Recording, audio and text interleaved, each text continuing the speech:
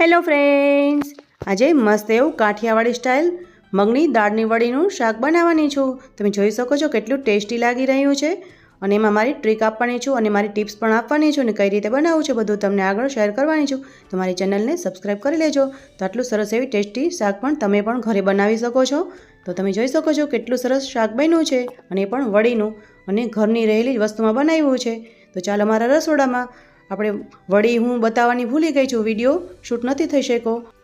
એટલે એક વાટકી જેટલી એટલે કે 100 ગ્રામ જેટલી વડી લીધી હતી, એને સરસ એવી સાફ કરી લેવાની છે. એમાં કંઈ જીવડા કે એવું ના પડ્યું એ જોઈ લેવાનું છે. અને પાણીને એકદમ ઉકાળવાનું છે. ઉકળતા પાણીમાં જ આપણે વડીને એડ કરવાની છે અને 5 મિનિટ જેટલું એને પાકવા દેવાની છે, એટલે કે બફાવા દેવાની છે. અને ઢાંકણ ઢાંકીને રાખીશું. 5 મિનિટ પછી તમે ખોલીને જોશો તો આ રીતે બધું પાણી બળી ગયું છે. અને વડીને પણ આપણે ચેક કરી જોઈશું. હજી વડી થોડી કાચી લાગે છે અને બહુ ગરમ હોય તો તમે દાજી પણ શકો છો, એટલે થોડું ધ્યાનપૂર્વક કામ કરું. તો ફરીથી આપણે એમાં 1 થી 1.5 ગ્લાસ જેટલું મેં પાણી એડ કર્યું છે અને ગેસની ફ્લેમને થોડી હાઈ કરી દીધી છે. અને ફરીથી આપણે ઢાંકણ ઢાંકીને એને 5 મિનિટ જેટલું વડીને ચડવા દેવાની છે. 5 મિનિટ પહેલાં ચડી છે ને 5 મિનિટ ફરીથી ચડવા દેવાની છે. એટલે 5 મિનિટ પછી તમે ખોલીને જોઈશો તો હજી સરસ એવું પાણીમાં ઉકળેલું છે વડીને, પણ હજી વડી ચડતી હોય એવું નથી લાગતું, કે વડી થોડી કાચી લાગે છે. તો તમે જોઈ શકો છો એકદમ ઉભરો આવી ગયો, તો છતાં પણ આપણે એને ઢાંકણ ઢાંકીને ફરીથી 5 મિનિટ જેટલું રાખવાનું છે. ત્યાં સુધી આપણે મસાલાની કે વઘારની તૈયારી કરી લઈશું.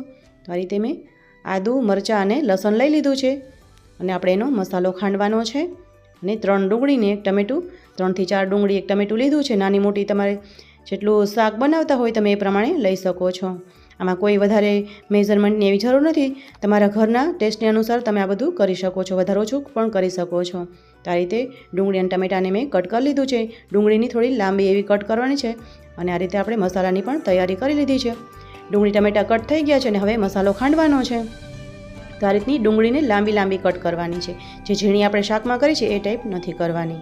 તો હવે આપણે મસાલો ખાંડીને રેડી કરી લીધો છે.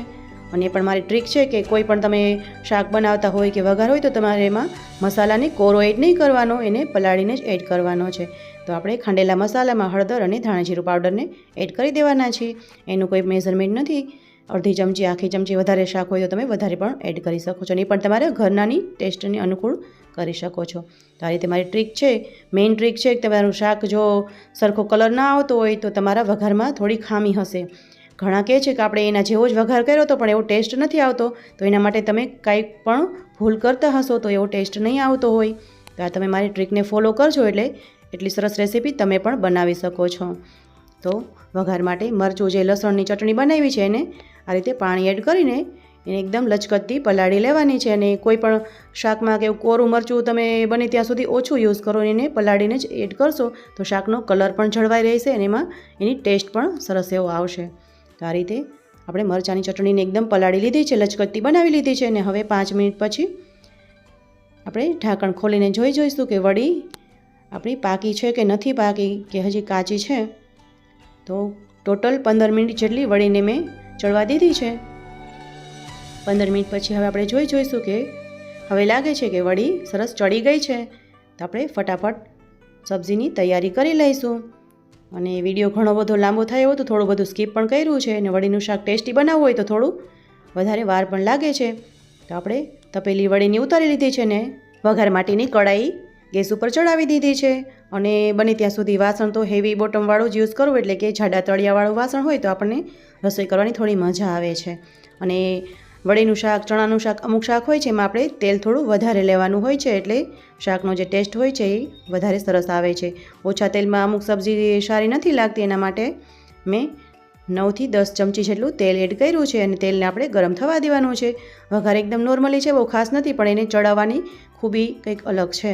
તો આ રીતે લવિંગ તીખાને બાદિયા પહેલાં એડ કરી દીધા છે, એને ચટકવા દેવાના છે. અને વડીના શાકમાં તો આવું બધું જો ખડા મસાલા હોય તો જ શાકમાં ટેસ્ટ વધારે આવે છે. અને હવે આપણે એમાં રાઈ એડ કરી છે.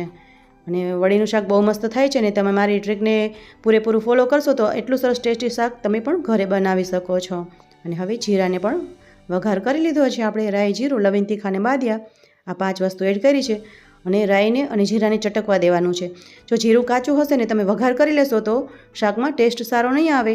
અને ઘણા કહેતા હોય છે કે અમે એ જ રીતે વઘાર કર્યો હતો પણ શાક સારું નથી બન્યું તો એ તમે ભૂલ કરતા હશો. એટલે જીરાને રહીને ચટકવા દેવાનું છે. અને હવે હિંગ એડ કરીને લીમડાના ફ્રેશ પત્તાને આ રીતે એડ કરી દેવાના છે. એટલે મસ્ત એવી સુગંધ પણ સબ્જીમાં આવવાની છે.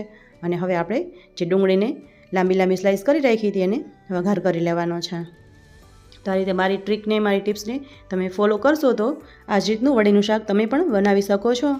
અને હવે આપણે ડુંગળીને થોડી આ રીતે ચમચા વડે ચલાવી લેવાની છે. થોડું એવી 1 મિનિટ જેટલું મિક્સ કરવાનું છે. અને ડુંગળીને બળવાઈ ન જાય એનું ખાસ ધ્યાન રાખવાનું છે. જો ગેસની ફ્લેમ હાઈ હોય તો તમે ફટાફટ એને ચલાવતા રહેવાનું છે. થોડી વાર લાગશે તો ડુંગળી બળી જશે તો શાકમાં થોડું બળેલાની સ્મેલ આવશે. તો એના માટે ડુંગળીને આ રીતે સતત ચલાવતું રહેવાનું છે. અને થોડી એવી બ્રાઉન થવા દેવાની છે.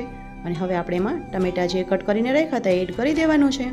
તો તમે જોઈ શકો છો ડુંગળીનો થોડો એવો કલર ચેન્જ થાય પછી જ આપણે એમાં ટમેટાં એડ કરવાના છે. ડુંગળી અને ટમેટાને સાથે એડ નથી કરવાના, એટલે ડુંગળી કાચી રહી જશે અને ટમેટાં ગળી જશે એકદમ.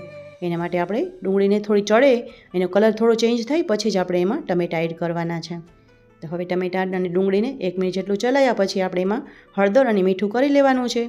કે તમારા સ્વાદ અનુસાર તમારી શાકની ક્વોન્ટિટી કેટલી છે એ પ્રમાણે તમે હળદર મીઠું એડ કરી શકો છો. અને મારી રેસીપીમાં બધું મેઝરમેન્ટ ઓછું જ હોય છે. તમારા સ્વાદ અનુસાર તમે વધારે ઓછું કરી શકો એ રીતની મારી રેસીપી વધારે હોય છે. એટલે જે નવા હોય શીખતા હોય એના માટે તો ખાસ આ બધી ટિપ્સ એન્ડ ટ્રીક છે કે ભૂલ ના થાય અને તમે સરસ એવી રેસીપી બનાવી શકો. અને મારું મિશન તો એ જ છે કે જે હું શીખી છું, મારી પાસે જે સ્કિલ છે એ તમે લોકો પણ એ રીતે કરી શકો અને સરસ એવું હેલ્ધી જમવાનું જમી શકો.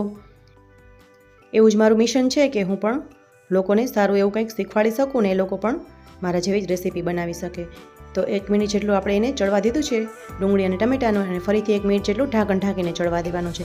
હવે આપણે 1 મિનિટ પછી એને ખોલીને જોઈશું તો આ રીતે તમને એનું સ્ટ્રક્ચર દેખાશે કે ટમેટાં થોડા ગળી ગયા છે અને ડુંગળી સરસ એવી કલર ચેન્જ થઈ ગયો છે અને થોડું એમાં હળદર અને મીઠું ચડ્યું છે એટલે ડુંગળી ફટાફટ ચડી ગઈ છે.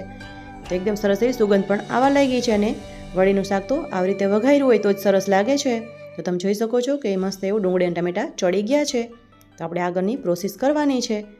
તો હવે આપણે લસણની ચટણીને જે પલાળીને રાખી હતી એકદમ લચકતી બનાવીને એને હવે આપણે ગરમ ગરમ વઘારમાં એડ કરવાની છે.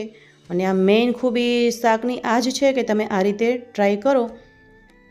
મસાલો જે છે એને તેલમાં જ પાકવા દેવાનો છે. જે આપણે લસણીયો મસાલો ખાંડ્યો હોય તો એને બિલકુલ તેલમાં જ પાકવા દેવાનું છે. એમાં પાણી એડ નથી કરવાનું. જો તમે વઘાર્યા પછી તરત જ એમાં પાણી એડ કરી દેશો તો એનો ટેસ્ટમાં કચાશ આવશે.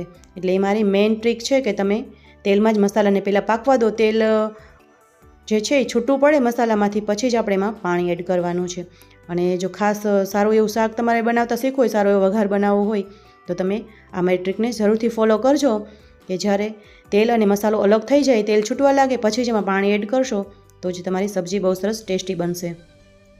અને હવે આપણે તમે જોઈ શકો છો કે સરસ એવો મસાલો પાકવા લાગ્યો છે અને તેલના તમે જોઈ શકો છો કે આ રીતે બબલ્સ બને છે અને તેલ મસાલો થોડો થોડો અલગ થવા લાગ્યો છે અને મસાલો પણ સરસ એવો ચડી ગયો છે.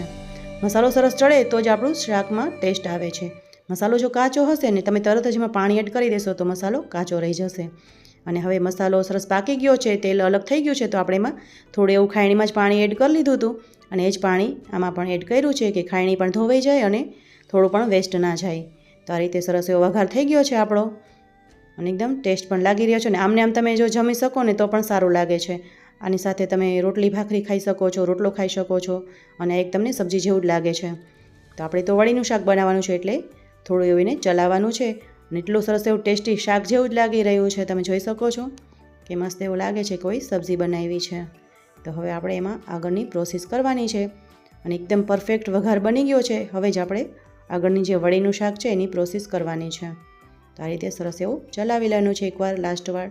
અને હવે આપણે એમાં પાણી એડ કરવાનું છે. તો જેટલું તમારે રસાવાળું બનાવવું હોય તો થોડું વધારે પાણી એડ કરી શકો ને થોડુંક છૂટું લચકતું શાક બનાવવું હોય તો થોડું પાણી ઓછું એડ કરવાનું છે. તો વળીનું શાક છે એટલે થોડો રસો હોય તો સારું લાગે છે. એની સાથે ખીચડી ભાત તમે જમી શકો છો. તો હવે પાણી થોડું ઉકળે પછી જ આપણે એમાં જે બાફેલી વડી છે એડ કરવાની છે. અને વડીનું પાણી જવા નથી દેવાનું. જે વડીનું પાણી વધ્યું હોય વડી બાફતા એ પણ સાથે એડ કરી દેવાનું છે. એટલે જે એનું પાણી ઉકળેલું હશે એમાં પણ વડીનો એકદમ ટેસ્ટ હોય છે. અને વડીમાં તો તીખા મરચાં અને લવિંગ તીખા ને બધાનો સ્વાદ હોય છે, એ બધું પાણી સાથે વહી જાય છે, તો વડીમાં સ્વાદ નથી આવતો વડીના શાકમાં. એટલે જે વડી બાફી હોય એનું પાણી જવા નથી દેવાનું, એ પણ મારી ટ્રીક છે.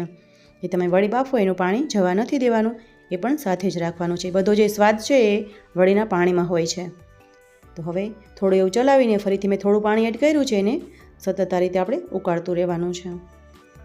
5 થી 7 મિનિટ જેટલું આ રીતે ચલાવવાનું છે અને ઉકાળવાનું છે, એટલે સરસ એવું પાણી, વડી અને મસાલો બધું વઘાર મિક્સ થઈ જાય. એટલે તમે જોઈ શકો છો 5 મિનિટ પછી ખોલીને જોયું છે તો આ રીતે સરસ ઉકળે છે અને જે એક્સ્ટ્રા પાણી હતું એ બધું એબ્સોર્બ થઈ ગયું છે, એટલે કે બળી ગયું છે. અને આ રીતે એકદમ મસ્ત એવું મસાલેદાર વડીનું શાક બન્યું છે. અને આ રીતની પ્રોસેસ તમે પણ કરશો તો આવું જ સરસ ટેસ્ટી શાક તમે પણ બનાવી શકો છો.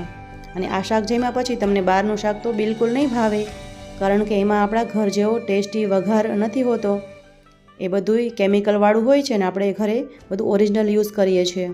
તો સરસ એવું વડીનું શાક બની ગયું છે અને હવે મસ્ત એવું કમ્પ્લીટ થઈ ગયું છે શાક. તમે જોઈ શકો છો કે જે એક્સ્ટ્રા પાણી હતું એ બધું બળી ગયું છે અને હવે એકદમ ટેસ્ટી એવું વડીનું શાક તૈયાર થઈ ગયું છે. તો આપણે હવે એને સર્વ કરવાનું છે અને ગેસને બંધ કરીને ઢાંકીને થોડી વાર રાખ્યું હતું. તમે હવે જોઈ શકો છો એકદમ કમ્પ્લીટ શાક બની ગયું છે. થોડી વાર પડ્યું રહ્યું હતું એટલે ઉપર આ રીતે તેલ આવી ગયું છે. અને આવા શાકમાં થોડી તરી વધારે હોય, તેલનો ભાગ વધારે હોય તો જ ટેસ્ટી લાગે છે. આપણું વડીનું શાક કમ્પ્લીટ થઈ ગયું છે અને હવે આપણે એમાં એને સર્વ કરવાના છીએ. અને આવું સરસ શાક તો થોડું ગરમ ગરમ હોય તો પણ સારું લાગે છે.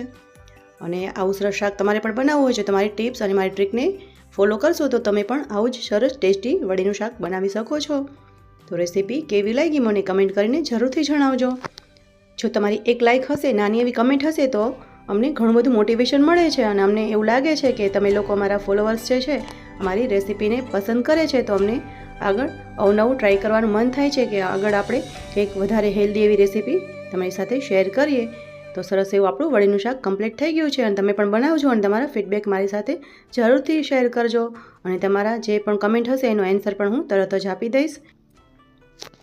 તો તમે લોકો પણ હેલ્ધી રહો, મસ્ત રહો અને સારી સારી રેસીપી જમો અને અમને કમેન્ટ પણ કરતા રહેજો. Thank you for watching. જય શ્રી કૃષ્ણ. રાધે રાધે ફ્રેન્ડ્સ.